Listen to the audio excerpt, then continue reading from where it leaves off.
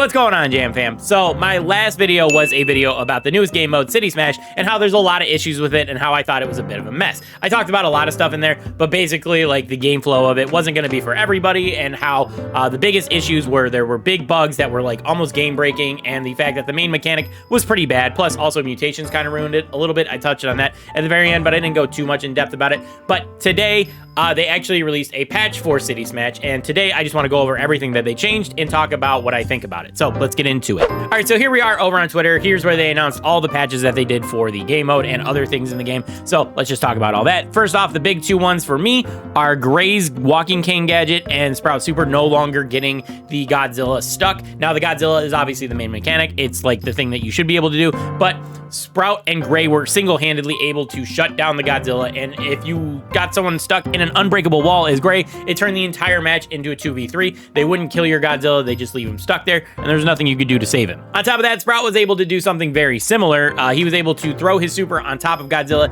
getting him stuck inside those walls that he makes, and then he would just auto-aim attacks onto Godzilla and just cycle supers nonstop until he killed the Godzilla. So those two things made it so that like you often didn't even want to play as Godzilla, especially if there was a Gray and unbreakable walls. I was like on stream losing my mind every time somebody picked up the Godzilla and got stuck in the wall. It's like, you know what Gray's gonna do, why touch the Godzilla? So seeing these patched, this is like one of the first things that I thought should have been fixed, so that's cool. Next up, there was also a glitch with Otis's gadget where you could use it to make a pool on the ground that people couldn't walk into with Godzilla's attack. All you had to do was activate Otis's gadget and pick up the bolt, become Godzilla, and then it would just automatically make Godzilla's attack Otis's gadget. So obviously they fixed that. I mean, it was pretty apparent. Everyone knew that like it wasn't supposed to work like that. So yeah, they fixed that. All right, next up is something I talked about in my video a little bit. Basically, the Kaiju felt really bad to play because it was so slow that you could just auto aim on it and it would just feed super to your enemies, and then they would use their supers to destroy your buildings. Now they have buffed the movement speed and the health of the Kaiju. Now, to me, it needed a big movement speed buff, and if they didn't give it a big enough movement speed buff, then this health buff doesn't really do anything. It just gives more super and you just die a little less often. Granted, because they did fix these two issues up here, this might be a lot more of a factor than I realized, but like I said, I think dodging attacks is way more important, and depending on how much they buff this movement speed, it may be a big difference, it may not be.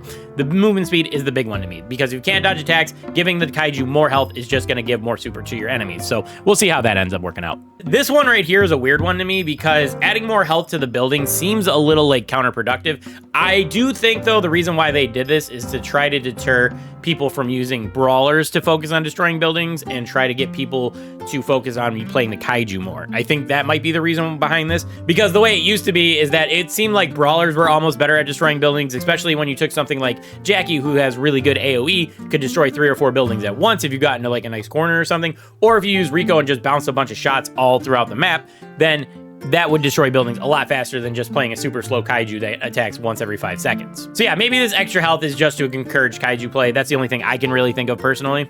Now, here's something I really didn't think they were going to do, and that's going to be mutation nerfs. Now, I know mutations are supposed to be overpowered. That's kind of the point. It's like the exciting thing for this season, but a certain number of mutations were like crazy strong, and they just didn't feel fair. Specifically, these two. Ruffs and Ricos made the games almost unplayable, because if you got a Ruffs and a Rico on one side of the map, they could just bounce their shots all the way to the other side of the map. It made it impossible to dodge. It was just like a bullet hell shooter every time you played against these two brawlers. So seeing these nerfed is very nice. Now, Stu's Gasso heal is one that I didn't personally actually have to deal with very often, but I did see clips of them basically surviving forever in the smoke on Cavern Churn. They would just go into the corner of a wall and just spam their super into that corner and just heal off all the smoke damage. So this obviously needed to be addressed just for trophy pushing, because it was just like artificially inflating and making it impossible for people to actually win in Showdown other than the Stu. So yeah, we got a couple of mutation nerfs. This is the big one to me personally, because I had to deal with a lot of Ricos and Ruffs over the last couple of days. I didn't see a lot of Stu Gasso heals, but people who did, they hated it. So seeing these two get balanced is kind of interesting, actually. And then there were some ranked fixes. Now, this is the weird one to me. This obviously sounds more like a bug, so I'm really not even gonna talk about it because I didn't even experience this personally. But this is the weird one to me. They reduced second wind down to 1% chance. Now, I know people aren't really receiving second wind very well because it's very like spammy. You just encourage you to play tanks, run into people's faces, spam attacks, and then when you die, you spawn right in their side anyway. They reduced this down to 1%.